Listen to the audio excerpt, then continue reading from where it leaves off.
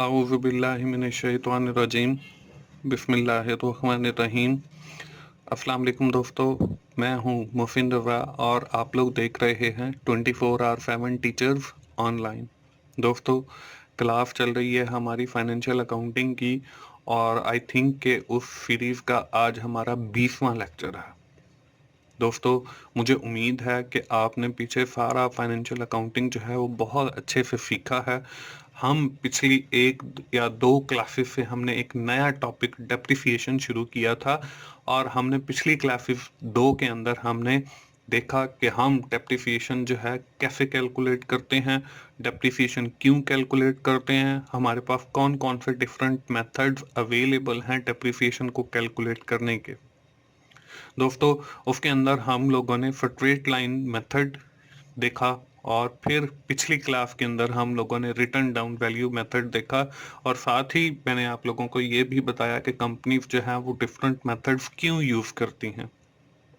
दोस्तों, हमने depreciation calculate करना तो सीख लिया, लेकिन हमने ये नहीं सीखा कि हम डेप्रिसिएशन रेट को कैसे कैलकुलेट करते हैं।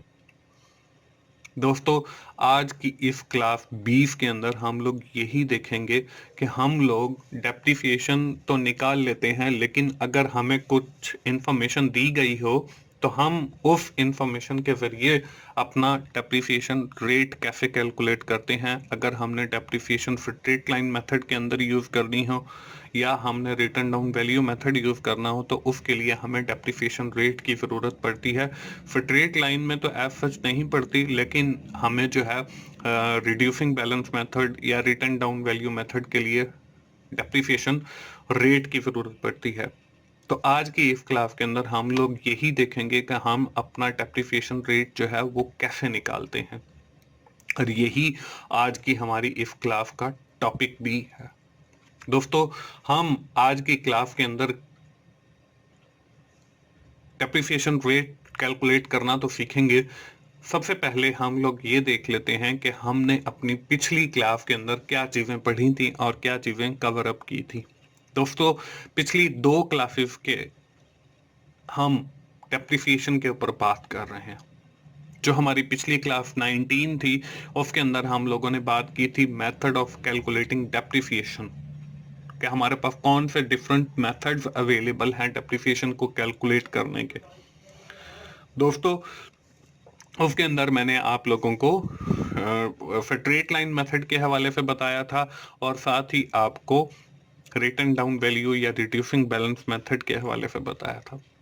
दोस्तों, स्पेसिफिकली हमारी जो पिछली क्लास थी वो रिटर्न डाउन वैल्यू मेथड के ऊपर थी और मैंने आपको ये बताया था कि कैसे हम रिटर्न डाउन वैल्यू मेथड को यूज करके डेप्रिसिएशन कैलकुलेट करते हैं और फिर आपको मैंने मशीन अकाउंट भी बनाकर दिखाया था और साथ ही आपको ये बताया था कि इसमें जो आपकी वैल्यू है बुक वाली वो कम होती चली जाती है और इसके अंदर हमारी जो डेप्रिसिएशन की वैल्यू है वो कांस्टेंट नहीं होती, बल्कि it's very from year two year, ये हर साल तब्दील होती चली जाती है।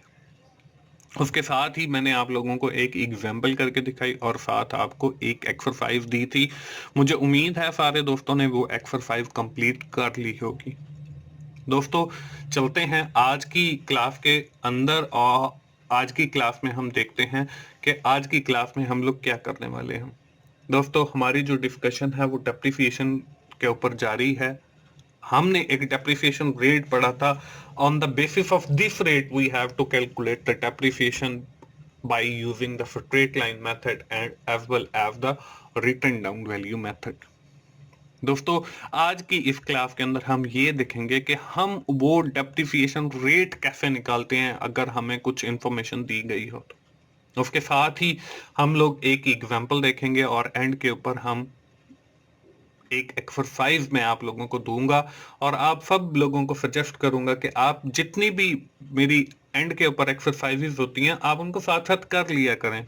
उसका फायदा यह है कि आपको ना सिर्फ टॉपिक क्लियर होगा बल्कि चीजों की भी समझ आएगी और ये भी पता चलेगा कि आप वो कैसे कैलकुलेट करते हैं।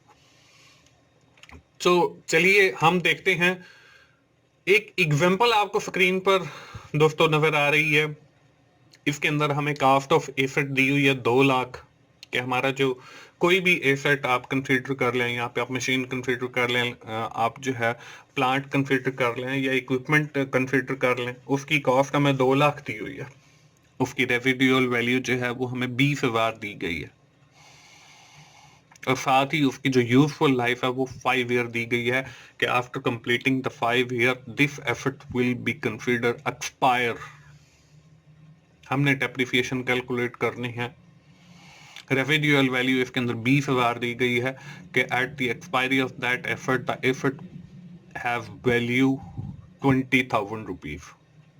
दोस्तों हमारे पास ये 3 चीजें हमें दी गई हैं, एक कास्ट ऑफ एसेट दिया गया है 2 लाख, एक हमें रेसिडुअल वैल्यू दिया गया है 20,000, एक हमें यूजफुल लाइफ दी गई है उस एसेट की 5 ईयर, और हमने करना क्या है, हमने जो है डेप्रिसिएशन रेट कैलकुलेट करना है ताकि हम डेप्रिसिएशन कैलकुलेट कर सकें। दोस्तों डेप्रिसिएशन रेट कैलकुलेट करने के लिए जो है हम चलते हैं इस एग्जाम्पल के सॉल्यूशन की तरफ। डेप्रिसिएशन रेट कैलकुलेट करने का हमारे पास एक फॉर्मूला आपको जो स्क्रीन पे नजर आ रहा है वो है 1 - n और उसका अंडर रूट आपका residual value divided by cost of asset. आगे जो है यहां पे देखें, हमें 1 फॉर्मूले वाला है, -n जो है वो नंबर ऑफ ईयर है, हमारी जो यूजफुल लाइफ है of that asset that is equal to 5 year, के हमारा वो जो एसेट है 5 साल चलेगा, तो इसलिए हमारा जो n है वो 5 आ गया। उसके साथ दोस्तों हमें रेसिडुअल वैल्यू का दिया गया, residual value of that asset वो हमने पढ़ी है कि हमारे पास 20,000 है। उसके बाद हमने डिवाइड किया है cost of asset, cost of asset जो है वो हमारी 2 लाख है, यहाँ पे 20,000 लिखा हुआ है लेकिन 2 लाख आएगा, एक जीरो कम है एंड के ऊपर।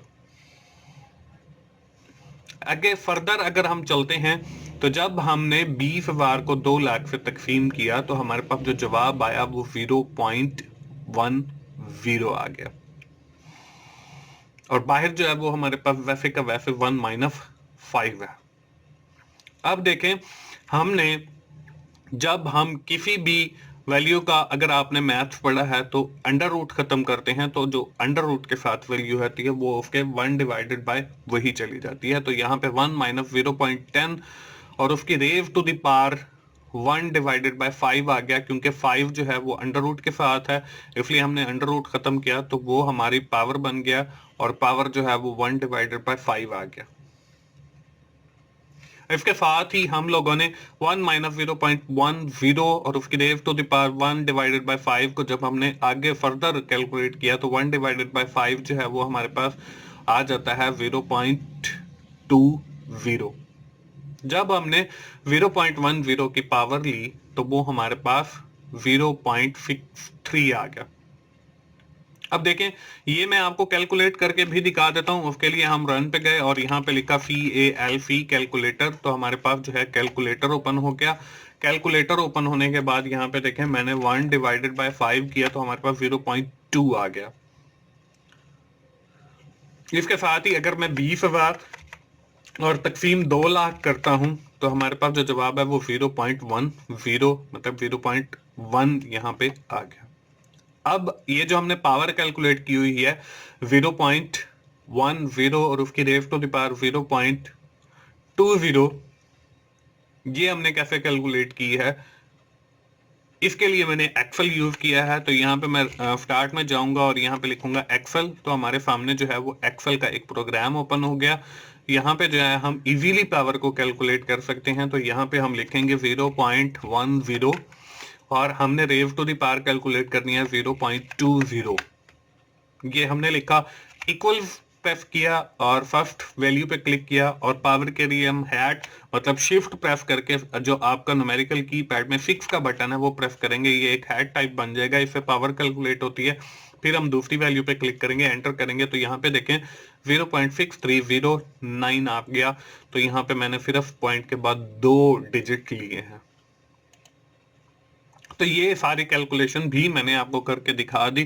तो अब देखें, जब हम 1 - 0.63 करेंगे तो हमारे पास जो जवाब है वो 0.37 आ गया।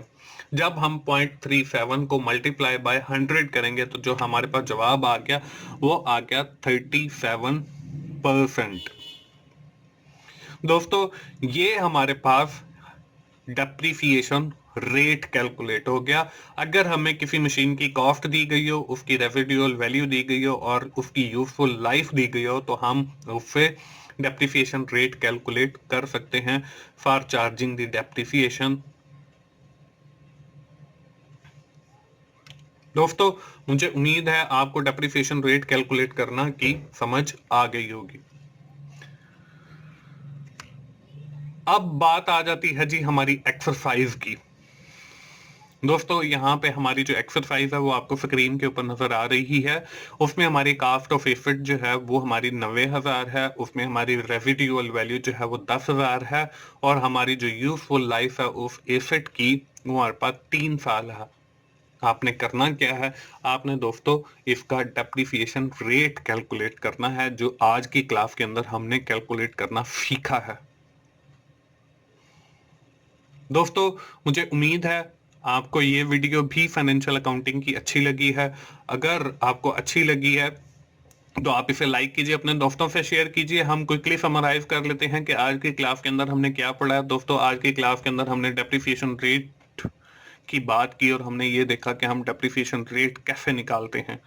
मैंने एक एग्जाम्पल के जरिए आपको डेप्रिसिएशन रेट निकाल कर दिखाया और एट द एंड मैंने आपको एक एक्सरसाइज दी। मुझे उम्मीद है सारे दोस्तों को डेप्रिसिएशन रेट निकालने की समझ आ गई होगी। दोस्तों अगर आपको मेरी वीडियोस अच्छी लग रही हैं तो आप उन्हें लाइक कीजिए, अपने दोस्तों से शेयर कीजिए और कमेंट की सूरत में अपना फीडबैक दीजिए और मेरा चैनल 24/7 टीचर्स ऑनलाइन सब्सक्राइब कीजिए ताकि मेरी हर आने वाली वीडियो आप लोगों तक पहुंच सके और आप उससे सीख सकें। दोस्तों मिलते हैं अगली किसी फाइनेंशियल अकाउंटिंग के क्लास में। उस वक्त तक के लिए मोहसिन भाई को इजाजत दीजिए। थैंक यू वेरी मच दोस्तों, अल्लाह हाफिज।